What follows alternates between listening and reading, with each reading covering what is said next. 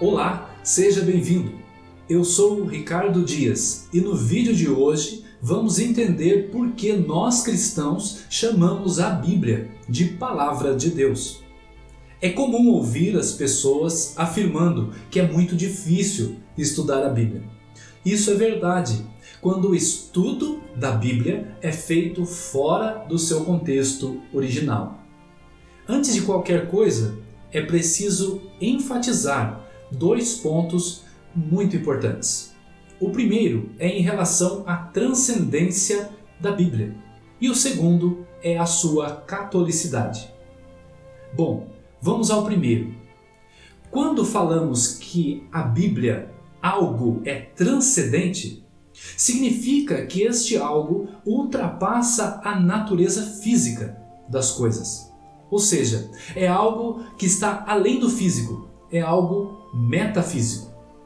A palavra de Deus transcende tudo o que existe, justamente porque ela já existia antes de tudo ser criado. Como afirma o apóstolo João no início do seu evangelho. No princípio era o Verbo, e o Verbo estava com Deus, e o Verbo era Deus. No princípio, ele estava com Deus, e tudo foi feito por meio dele, e sem ele nada foi feito. Foi por meio do Verbo, ou seja, pelo poder da palavra, que todas as coisas foram criadas. E João continua no versículo 14. E o Verbo se fez carne, e habitou entre nós, e nós vimos a sua glória, glória que ele tem junto ao Pai, como Filho único, cheio de graça e de verdade.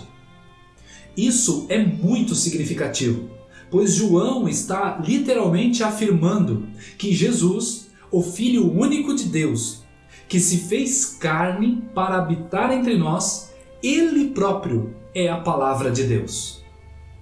O Papa Bento XVI, em sua exortação apostólica Verbum Domini, no parágrafo 7, diz o seguinte: o cristianismo é a religião da palavra de Deus, não de uma palavra escrita e muda, mas do Verbo encarnado e vivo. Quando o primeiro capítulo da Bíblia narra a criação, mostra simbolicamente que o Espírito de Deus pairava sobre as águas. Mostra também que Deus disse: faça-se a luz. Ao narrar a criação do homem, todavia, o Gênesis narra Deus dizendo: façamos o homem à nossa imagem. Santo Agostinho, um grande doutor da igreja que viveu no ano 300, ensina que neste primeiro capítulo do Gênesis encontra-se o mistério da Santíssima Trindade. O único Deus em três hipóstases, ou seja, três essências. A palavra hipóstase é um termo técnico que muitos traduzem como pessoa, de uma maneira simplificada. Então, existe um único Deus em três pessoas distintas, que colaboram entre si o tempo todo, como uma família perfeita. O Pai Eterno, o Theos, pronuncia a sua palavra eterna, o Logos. O Espírito Santo, o Pneuma, é o fôlego que impulsiona a palavra a sair da boca do Pai, para fazer-se ouvir na criação.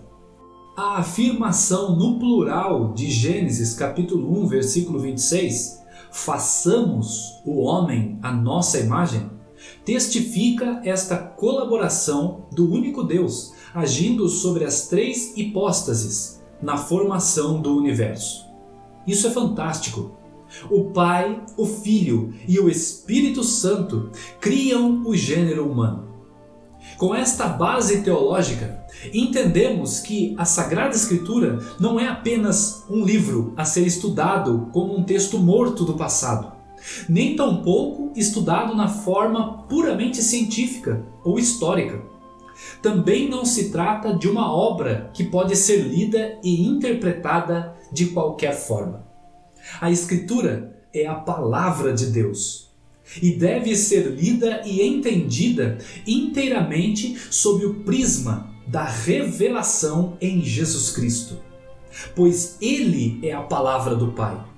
A mensagem expressada por Jesus está na Bíblia inteira, desde o Gênesis até o Apocalipse. Tudo na Bíblia fala de Jesus. E é por isso que chamamos a Bíblia de Palavra de Deus, pois ela expressa, através dos ensinamentos, de profecias e de seus cumprimentos, a manifestação do Filho de Deus, que fala ao mundo e quer falar ao nosso coração. Veja que lindo o que diz a exortação apostólica Verbum Domini, no parágrafo 12. O próprio Filho é a palavra, é o Logos. A palavra eterna fez-se pequena, tão pequena que cabe numa manjedoura. Fez-se criança, para que a palavra possa ser compreendida por nós. Maravilhoso. Deus abençoe você.